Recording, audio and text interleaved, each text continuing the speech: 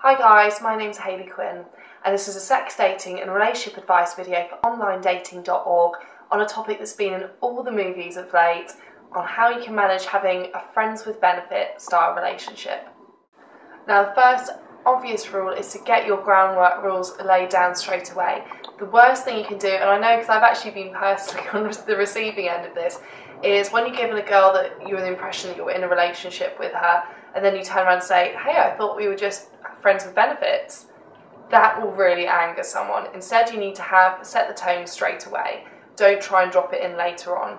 Now, this doesn't mean on date one that you tell her that you're never interested in a serious relationship and you're just after sex. Instead, maybe after you've hooked up once, you could say to her, look, explain that you really like her and you really enjoy her company, but you're just not at the time of your life at the moment where you're really looking for anything serious. And so you say you love her company and you'd like to keep enjoying it and hanging out, and you're not closed-minded to something happening in the future, but just so she knows, or just so he knows, all you're really interested in at the moment is more of a friends with benefit style arrangement. By saying something like that, you can keep it really positive, really upbeat, and you can still successfully have hopefully a friends with benefits arrangement and be honest and clear with your partner.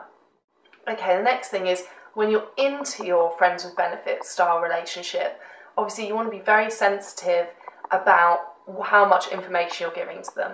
Now, there's two extremes here, both of which aren't right. Okay, firstly, giving them a blow-by-blow account of exactly who else you're fucking where. That's not good. That's only going to add animosity and potentially jealousy into a relationship. You don't want to rub it in someone's face. However, you also don't want to be dishonest, so you wouldn't want to act or pretend like they're the only person you're seeing. So if they ask you a direct question about it, be honest. Also, if you're talking about your relationship, don't say things that are comforting or reassuring to them if they're not true.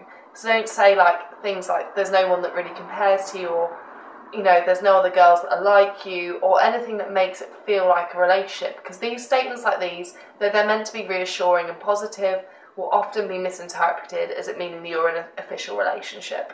So instead, I would actually just stay off the topic if you at all can, but if you're questioned on it, be honest. Be nice, but be honest.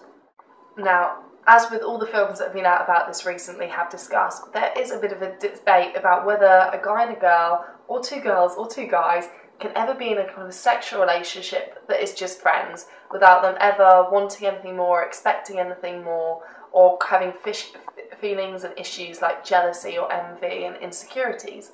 Now, I'm not going to be the one to judge. I'm sure that some people have had very successful friends with benefits arrangements. Other people, they've probably ended completely in disaster. However, a little thing that you can do to keep aware that you're on the right track is just to make sure that if you're in a relationship with someone, if you're hanging out with them, if you're sleeping with them, and they keep giving the impression that A, they consider it to be something more serious than it is, or B, if they consider that they keep pressing you to make it more of an official arrangement, or become very jealous or very insecure or very depressed at any reference to anybody else, these are massive warning signs that the relationship dynamic isn't right. So if the person you're sleeping with is showing signs that they're too emotionally invested, that they're completely not really comfortable with the friends with benefits relationship and only doing it so they can stay with you, I would say to do the noble thing and leave them. Cut your ties with them so that they can find someone that they can achieve what they want in a relationship with, and then you don't have to feel any guilt. What you don't want to do is accidentally string someone along who thinks they can convince you to have a relationship when that's the last thing you want.